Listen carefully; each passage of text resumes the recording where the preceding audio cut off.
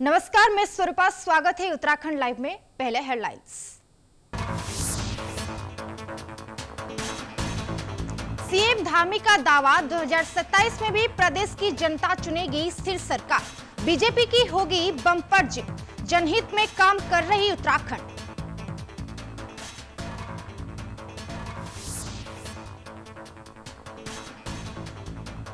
राजनाथ सिंह और अमित शाह के बाद पीएम मोदी की आगमन की तैयारी। अप्रैल में आ सकते हैं उत्तराखंड। बीजेपी उत्साहित।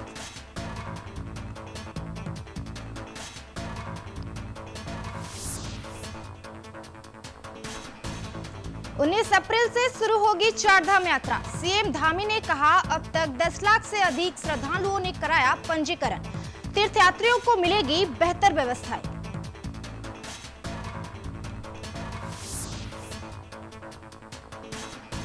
चुनावी मोड़ में आई कांग्रेस। विधायक प्रीतम ने कहा, भाजपा की तीसरी बार सरकार बनाने की दावे होंगे फेल।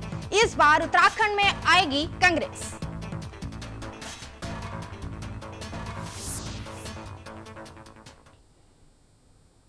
खबर विस्तार से। उत्तराखंड में धामी सरकार के 4 साल पूरे होने पर मुख्यमंत्री पुष्कर सिंह धामी ने सरकार की उपलब्धियों और भविष्य के विजन के लेकर बयान दिया है। देहरादून में मीडिया से बातचीत दौरान उन्होंने कहा कि जनता ने इस बार हर चुनाव में सरकार बदलने की परंपराओं को तोड़ते हुए स्थिर सरकार का चुना है। उन्होंने कहा कि प्रधानमंत्री नरेंद्र मोदी ने मार्गदर्शन में सरकार में शुरुआत से ही श्रद्धालुओं को और समग्र विकास पर फोकस किया है, ताकि विकास का लाभ पर गांव और सीमांत क्षेत्र तक पहुंचे। मुख्यमंत्री ने सड़क, बजट सरप्लस, प्रति व्यक्ति आय, बिजली का उत्पादन, कृषि और पर्यटन जैसे क्षेत्रों में प्रगति का दावा किया है। साथ ही समग्र नागरिक संहिता जैसे फैसलों पर ऐतिहासिक बताते हुए कहा कि सरकार का हर निर्णय जनता को समर्पित है और उत्तराखंड को देश के अग्रणी राज्य बनाने की देश में कार्य जारी रहेगा। उत्तराखंड की जनता ने हमें हमारे प्रधानमंत्री श्री नरेंद्र मोदी जी के नेतृत्व में पहली बार राज्य के अंदर एक परिपाटी थी, एक मिथक था कि हर बार सरकार बदल जाती है। उत्तराखंड की जनता ने ये मिथक तोड़ा, ये परिपाटी बदली और लगातार हमको सरकार में दूसरी बार लाकर काम करने और सेवा करने का अवसर प्रदान किया। हमने भी आदरणीय प्रधानमंत्री जी की प्रेरणा से उत्तराखंड के हर एक क्षेत्र तक समेकित रूप से यानी समान भाव से काम हो, समान रूप से विकास हो, विकास की गंगा हर जगह पहुंचे और ये संकल्प लेकर हम पहले दिन से लगातार आगे बढ़े हैं। उसका परिणाम आया भी है कि आज उत्तराखंड हर क्षेत्र में, चाहे वो सतत विकास के लक्ष्यों को प्राप्त करना हो, चाहे निर्यात सूचकांक हो या पूरे देश के अंदर फाइनेंशियल डिसिप्लिन बनाने वाला राज्य हो, बजट सरप्लस हो, प्रति व्यक्ति आय बढ़ना हो, विद्युत उत्पादन बढ़ना हो। अप्रैल माह में प्रधानमंत्री नरेंद्र मोदी के उत्तराखंड दौरे की संभावनाओं को लेकर भाजपा संगठन में उत्साह का माहौल है। पार्टी नेताओं का मानना है कि प्रधानमंत्री के हर दौरे पर राज्य को कोई ना कोई बड़ी सौगात मिलती है। आगामी चुनावी वर्ष को देखते हुए इस दौरे का अहम माना जा रहा है। भाजपा प्रवक्ताओं ने कहना है कि प्रधानमंत्री के आगमन के कार्यकर्ताओं में नई ऊर्जा का संचार होता है, जबकि विपक्ष पर भी इसका असर देखने को मिलता है। ऐसे में इस दौरे को राजनीतिक दृष्टि से भी महत्वपूर्ण माना जा रहा है। देखिए, आदरणीय प्रधानमंत्री जी का अप्रैल माह में उत्तराखंड में प्रस्तावित दौरा है और सभी कार्यकर्ता बहुत उत्साहित हैं कि हमारे माननीय प्रधानमंत्री जी पुनः उत्तराखंड आ रहे हैं। उत्तराखंड से उनका बहुत लगाव है और आप देखते हैं कि प्रत्येक वर्ष 2 से 3 दौरे जो है माननीय प्रधानमंत्री जी के उत्तराखंड रहते ही रहते हैं। अप्रैल माह में उनका प्रस्तावित दौरा।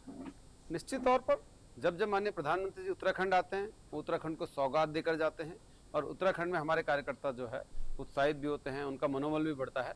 और निश्चित तौर पर विपक्ष तो वैसे उत्तराखंड में है ही नहीं, लेकिन फिर भी जो बचा खुचा विपक्ष है वो भी हतोत्साहित होता है और हमारे कार्यकर्ताओं का उत्साह बढ़ता है।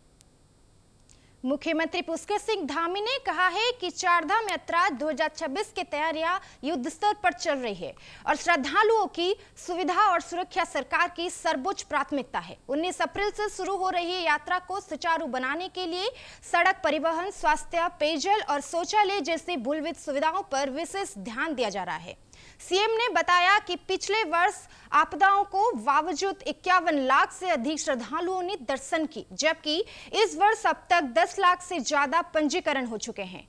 GMVN गेस्ट हाउस में 5 करोड़ रुपए से अधिक की अग्रिम बुकिंग भी हो चुकी है। उन्होंने कहा कि सभी हितधारकों को के साथ समन्वय समापित कर लिया गया है और यात्रा को सुरक्षित और सुव्यवस्थित बनाने के लिए लगातार समीक्षा की जा रही है ताकि हर श्रद्धालुओं सुखद अनुभव मिल सके। चारधाम यात्रा हमारे लिए एक बहुत बड़ा अवसर होता है। इसमें हमारे राज्य के लोग पूरे देश और दुनिया से आने वाले श्रद्धालुओं का, तीर्थयात्रियों का स्वागत करते हैं, उनकी व्यवस्थाएं करते हैं।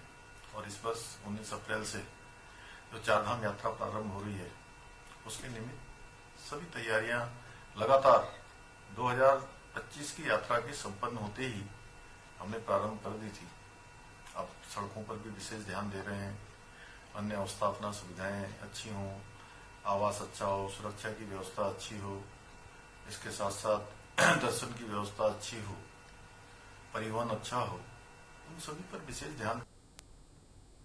उत्तराखंड कांग्रेस पूरी तरह से चुनावी मोड में नजर आ रही है। प्रदेश चुनाव प्रचार समिति के अध्यक्ष प्रीतम सिंह ने बताया कि दिल्ली में हुई कांग्रेस CDC बैठक में विधानसभा चुनाव को लेकर रोड मैप तैयार किया है। जल्द ही प्रदेश प्रधान कार्यों की घोषणा की जाएगी और सभी नेता चुनावी तैयारियों में जुटेंगे। प्रीतम सिंह ने भाजपा पर तेज फंसते हुए कहा कि बीजेपी की तीसरी बार सरकार बनाने का दावा हकीकत से दूर है और कांग्रेस इस बार सत्ता में है कि वापसी के लिए तैयार है। उन्होंने कहा कि कांग्रेस गांव-गांव जाकर लोगों तक पहुंचेगी और विभिन्न वर्गों को जोड़ने पर फोकस करेगी। साथ ही पार्टी प्रदेश में एक बड़ी यात्रा भी निकालेगी।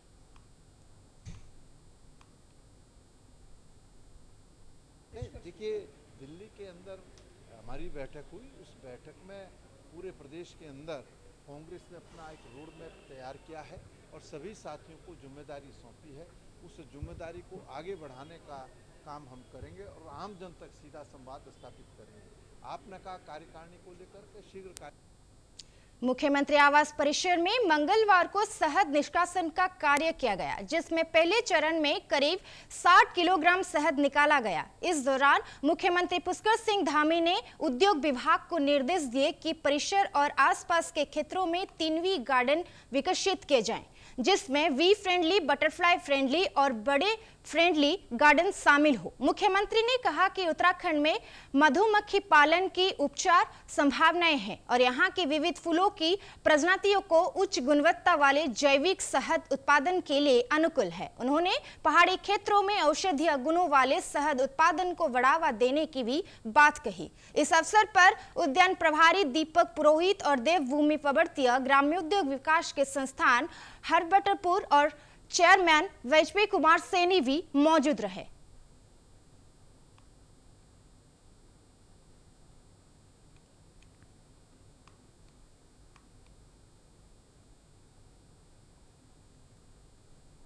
उत्तराखंड में कानून व्यवस्था को लेकर कांग्रेस ने एक बार फिर भाजपा सरकार पर सवाल खड़े किए हैं। कोटद्वार से कांग्रेस जिलाध्यक्ष विकास नेगी ने कहा कि सरकार भले ही अपने 4 साल के कार्यकाल को बेमिसाल बता रही हो, लेकिन प्रदेश के कानून व्यवस्था की स्थिति बेहद खराब हुई है। उन्होंने आरोप लगाया है कि इन 4 वर्षों में आपराधिक घटनाओं ने सरकार की कार्यकाल पर सवाल खड़े कर दिए हैं।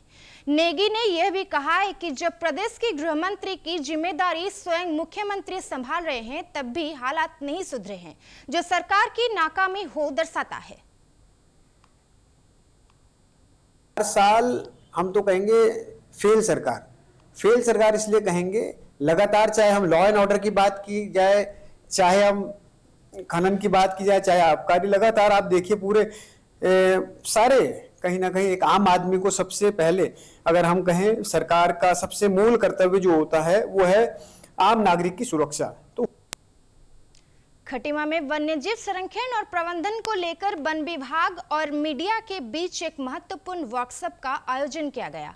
सुरई बन गेस्ट हाउस में आयोजित इस कार्यक्रम में एसडीओ संचिता वर्मा ने नेतृत्व में मीडिया की भूमिका, मानव वन्यजीव संघर्ष और वन्य जीवा के प्रति जागरूकता जैसे विषय पर चर्चा हुई है। वर्कशॉप में सीनियर बायोलॉजिस्ट प्रशांत वर्मा और भास्कर जोशी ने वन्यजीवों को व्यवहार, पहचान और सुरक्षा से जुड़ी महत्वपूर्ण जानकारी साझा की। उन्होंने कहा कि मानव वन्यजीव संघर्ष से जुड़े मामलों में वैज्ञानिक तथ्यों के आधार पर सटीक रिपोर्टिंग बेहद जरूरी है ताकि अफवाहों को रोका जा सके। साथ ही मीडिया में अपील की गई है कि वो जनसम्मान और विभाग के बीच सेतु बनाकर जागरूकता फैलाने में सहयोग करे। एसडीओ संचिता वर्मा ने उम्मीद जताई कि इस पहल से वन संरक्षण और जन सुरक्षा को मजबूती मिलेगी। देखिए, मीडिया का रोल जो है वाइल्ड लाइफ कंजर्वेशन या ह्यूमन वाइल्ड लाइफ कॉन्फ्लिक्ट में अगर देखा जाए तो मीडिया एक पिलर के रूप में काम करती है। जो भी न्यूज़ डिसेमिनेट होती है या कहीं पे न्यूज़ पब्लिश हो रही है, उसको कैसे आप प्रस्तुत कर रहे हैं, चाहे बाघ हो, तेंदुआ हो या कोई अन्य जानवर होते हैं, अगर आप उसको हिंसक दिखाएंगे, आदमखोर दिखाएंगे या खतरनाक दिखाएंगे तो उससे पब्लिक जो है पैनिक हो जाती है। तो हम लोग मीडिया वर्कशॉप में यही सिखाते हैं कि आप अपने जो वर्डिंग है, आप अपने जो हेडिंग डाल रहे हैं उसको ऐसी प्रिसाइज बनाएं, ऐसे कंसाइज बनाएं कि उससे लोगों में दहशत न फैले। आज तराई पूर्वी वन प्रभाग हल्द्वानी के द्वारा सुरई रेंज में मीडिया वर्कशॉप का आयोजन किया गया। जो इसका मुख्य उद्देश्य था, जो अभी आप देख रहे हैं जैसे वनाग्नि काल भी है और साथ साथ में मानव वन्यजीव संघर्ष जो वर्तमान समय की एक प्रमुख ज्वलंत समस्या के रूप में सामने आ रहा है, तो उसको हम किस प्रकार से उससे संबंधित जो सूचनाएं हैं उसके संबंध में जो जानकारियां हैं उसका स्थानीय जनता के साथ किस प्रकार से हम प्रचार प्रसार करें कि भ्रांतियां न फैलें और सही सूचना सही समय में जनता तक पहुंचे। चारधाम यात्रा शुरू होने से पहले गैर सनातनियों के मंदिर प्रवेश को लेकर विवाद गहराता जा रहा है। विकटशी के बाद अब गंगोत्री मंदिर समिति ने भी इस मुद्दे पर सख्त रुख अपनाया है। इस बीच उत्तराखंड वक्फ बोर्ड के अध्यक्ष साधव सक्ष में ने भी बड़ा बयान सामने आया है कि साधव सक्ष ने कहा है कि जैसे हज में गैर मुस्लिमों का प्रवेश वर्जित होता है, उसी तरह मंदिर समितियों के फैसले का भी सम्मान किया जाना चाहिए। उन्होंने कहा है कि यदि मंदिरों में गैर सनातनियों के प्रवेश पर रोका निर्णय लिया जाता है तो उसमें किसी को आपत्ति नहीं होनी चाहिए।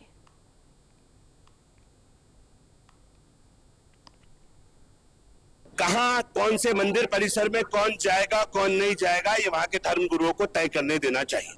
शादाब शम्स एक मजबूत मुसलमान है। अल्हम्दुलिल्लाह मैंने कई हज किए हैं, उम्रा किए हैं और मैं अपने आप को एक मजबूत मुसलमान मानता हूं। मेरा कहना है जब हम सऊदी अरब जाते हैं तो वहां भी लिखा होता है नॉन मुस्लिम्स नॉट अलाउड। अगर मेरे जो धर्मात्मा हैं, धर्म गुरु हैं, जो पुरोहित हैं मंदिरों के, अगर उनको लगता है कि वहां आने से उसकी पाकीज़गी खंडित हो सकती है, अगर उनको लगता है ये उनका अधिकार है, उनको तय करने देना चाहिए कि कौन गर्भगृह में आएगा, कौन मंदिर में आएगा और कौन मंदिर परिसर में आएगा और कौन नहीं आएगा। मुझे लगता देहरादून में संस्कृति और लोक परंपराओं का भव्य संगम देखने को मिलेगा। संस्कृति मंत्रालय, भारत सरकार और उत्तर क्षेत्र सांस्कृतिक केंद्र पटियाला के संयुक्त तत्वावधान में 26 मार्च से 30 मार्च तक 6 दिवसीय वसंत उत्सव 2026 का आयोजन किया जाएगा। इस महोत्सव में राजस्थान, जम्मू कश्मीर, हिमाचल प्रदेश, उत्तराखंड, पंजाब, हरियाणा और उत्तर प्रदेश सहित कई राज्यों के करीब 100 कलाकार अपनी लोक संस्कृति की प्रस्तुति देंगे। लोकगीत और पारंपरिक नृत्य में माध्यम से भारत की विविध सांस्कृतिक विरासत को मंच पर जीवित किया जाएगा। हमें भारत सरकार सांस्कृतिक मंत्रालय और उत्तर क्षेत्र सांस्कृतिक केंद्र पटियाला, इनसे हमें एक प्रोग्राम मिला है जिसमें 7 राज्यों के हमारे लोक नर्तक और लोक गायक ये परफॉर्म करेंगे देहरादून में। तो ये कार्यक्रम 27 मार्च को social Baluni public school bypass पे, उसमें शाम को होगा। ये करीब 5 बजे से और 9 बजे तक, जब तक भी प्रोग्राम चलता है। और इसमें ये कलाकार इन राज्यों के परफॉर्म करेंगे। 19 अप्रैल से शुरू हो रही चारधाम यात्रा को लेकर बद्रीनाथ विधायक लखपत बटोला ने सरकार की तैयारियां पर सवाल उठाए हैं। उन्होंने कहा कि यात्रा व्यवस्थाओं की सही जानकारी स्थानीय जनप्रतिनिधियों को होती है, लेकिन निर्णय स्वचालित स्तर पर लिए जा रहे हैं। बुटलो ने ऋषिकेश और हरिद्वार में लगने वाले जाम को बड़ी समस्या बताते हुए कहा कि पिछले 9 वर्षों में इस पर कोई ठोस काम नहीं हुआ है। उन्होंने बद्रीनाथ मास्टर प्लान पर भी नाराजगी जताते हुए कहा कि लोगों ने भी जमीन लेने के बाद भी उन्हें अब तक आवास नहीं दिए गए हैं, जिससे कई परिवार एक कमरे में रहने के मजबूर हैं। होता है कि वहाँ की समस्याएं स्थानीय जनप्रतिनिधि बता सकता है। सचिवालय के अंदर बैठ करके अधिकारी तय नहीं कर सकते कि बद्रीनाथ, केदारनाथ या गंगोत्री यमुनोत्री में क्या समस्याएं हैं या पिछली बार क्या क्या दिक्कतें आई, उनसे किसी प्रकार की चर्चा नहीं होती है। हाँ, ये जरूर मैंने कहा कि विधानसभा में मैंने चारधाम यात्रा को लेकर सबसे बड़ी समस्या में एक समस्या ये बताई थी कि जो हमारा प्रवेश द्वार केदारनाथ, ये ऋषिकेश और हरिद्वार के अंदर जो जाम लगता, जो परिस्थितियाँ होती, उसको लेके 9 सालों में इन्होंने कुछ नहीं किया है। और बद्रीनाथ की जो आप बात करें, बद्रीनाथ के अंदर जो मास्टर प्लान में लोगों की जबरन जमीनें ली गई थी। देहरादून में महिला सशक्तिकरण एवं बाल विकास मंत्री रेखा आर्य ने मुख्यमंत्री वात्सल्य योजना के तहत लाभार्थियों को खातों में 3 करोड़ 2 लाख रुपए से अधिक की धनराशि डीबीटी के माध्यम से ट्रांसफर की है। उन्होंने बताया कि इस योजना के तहत कोरोना काल में अपने अभिभावकों को खो चुके बच्चों को हर महीने 3000 रुपए की आर्थिक सहायता दी जाती है। फरवरी और मार्च माह के लिए 10,000 से अधिक लाभार्थियों को ये राशि जारी की गई है। उन्होंने कहा कि सरकार की प्राथमिकता है कि जरूरतमंद बच्चों तक समय पर सहायता पहुंच जानी चाहिए।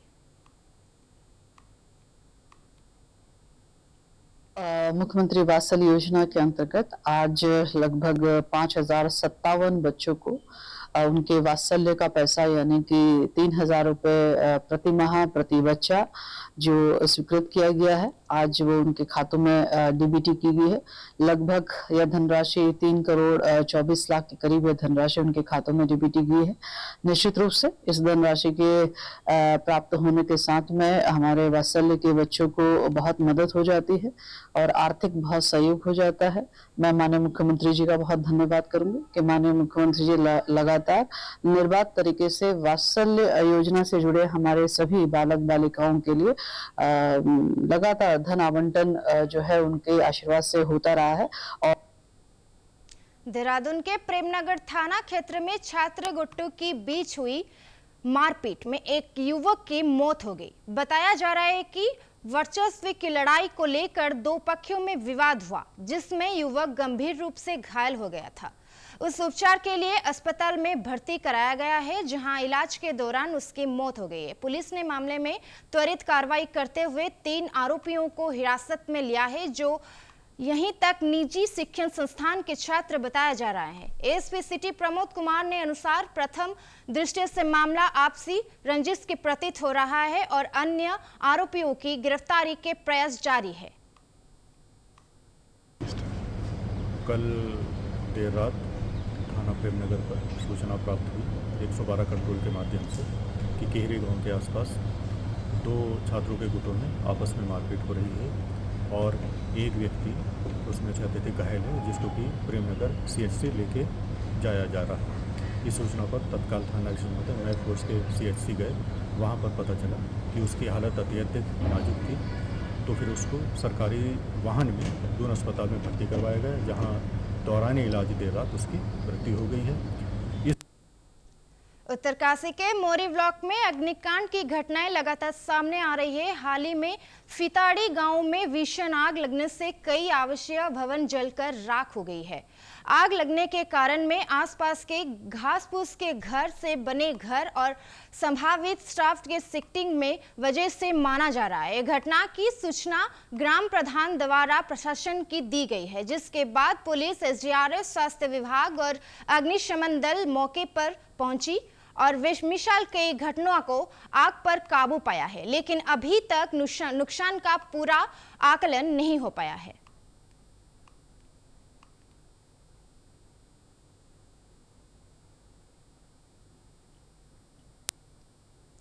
उत्तराखंड में शराब की दुकान को आवंटन को लेकर सियासत तेज हो गई है। कांग्रेस प्रदेश अध्यक्ष द्वारा सरकार पर सवाल उठाए जाने के बाद भाजपा ने भी पलटवार किया है। भाजपा प्रवक्ता हनी पाठक ने कांग्रेस पर निशाना साधते हुए कहा कि कांग्रेस को अपने कार्यकाल को नहीं भूलना चाहिए। उन्होंने पर मुख्यमंत्री हरीश रावत ने की कार्यकाल को जिक्र करते हुए कहा कि उस समय की सरकार की जिन्हें सरकार जाने लगा था। भाजपा का कहना है कि कांग्रेस को इस मुद्दे पर टिप्पणी करने का कोई नैतिक अधिकार नहीं है।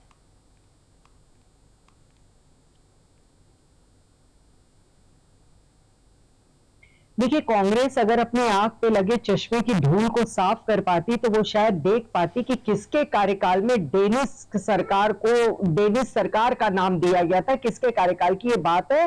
और उस सरकार के दौरान डेनिस रावत के नाम से कौन मशहूर हुआ था, उसको भी उनको देखना चाहिए। सरकार के 4 साल पूरे होने के बाद अब उत्तराखंड में आगामी रणनीति को लेकर हलचल तेज हो गई है। नवनीत नियुक्त कैबिनेट मंत्री मदन कौशिक ने संकेत दिए कि विभाग को आवंटन के बाद लगातार बैठकों का दौर चलेगा और अगले 8 से 9 महीने का रोड मैप तैयार किया जाएगा। उन्होंने कहा है कि योजनाओं का धरातल पर उतरने पर विशेष और रहना ताकि जनता की सीधा लाभ मिल सके। मदन कौशिक ने 4 साल पूरे होने पर आयोजित कार्यक्रमों को सफल बताते हुए इस जन समर्थन का संकेत बताया। उन्होंने विश्वास जताया कि मुख्यमंत्री पुष्कर सिंह धामी के नेतृत्व में सरकार मजबूती से आगे बढ़ रही है। साथ ही उन्होंने कहा कि अगर इस तरह टीम भावना से काम जारी रहा तो 2027 में विधानसभा चुनाव में भाजपा लगातार तीसरी बार सरकार बना सकती है। मंत्री का दायित्व के बाद आज विधानसभा कार्यालय में आवंटन के बाद मैं आया हूं और अब कार्यालय में लगातार निरंतर विभाग की बैठक के बाद आगे अपनी सारी 8-9 महीने की रणनीति और पूरा कैसे रोड मैप हम तय करेंगे अगले 8-9 महीने तक कंप्लीट उसको बनाएंगे। और निश्चित रूप से समय कम नहीं है, समय पर्याप्त है। ऋषिकेश में आवारा सांडों का आतंक लगातार बढ़ता जा रहा है। ताजा मामला मनसा देवी रेलवे फाटक के पास का है, जहां 2 सांडों की लड़ाई के बीच एक सांड ने ऑटो को जोरदार टक्कर मार दी। टक्कर इतनी जबरदस्त थी कि ऑटो में पलट गया और उसमें बैठी 3 छात्राएं घायल हो गई हैं। घटना के बाद मौके पर अफरा तफरी मच गई थी और स्थानीय लोगों ने किसी तरह सांडों को भगाया। सूचना पर पहुंची सीपीयू टीम ने घायलों को बाहर निकालकर एम्स पहुंचाया, जहां उनकी हालत खतरे से बाहर है। पुलिस की अनुसार घायल छात्राओं की पहचान काजल और सोना और नीति का रूप से हुई है।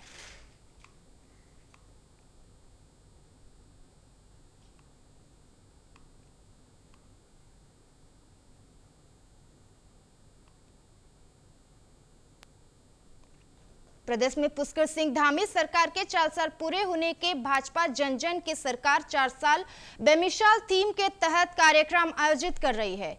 इसी क्रम में मंगलवार को एक नारसार ब्लॉक में भी कार्यक्रम का आयोजन किया गया है, जिसमें रुड़की विधायक और हाल ही में कैबिनेट मंत्री बने प्रदीप बत्रा ने शामिल हुए हैं। कार्यक्रम में पहुंचने पर उनका ढोल नगाड़ों और फूल मालाओं से भव्य स्वागत किया गया है। उस दौरान कैबिनेट मंत्री प्रदीप बत्रा ने धामी सरकार के 4 वर्षों में हुए विकास कार्यों को और उपलब्धियों को निगारने सरकार की नीतियों की सराहना की है।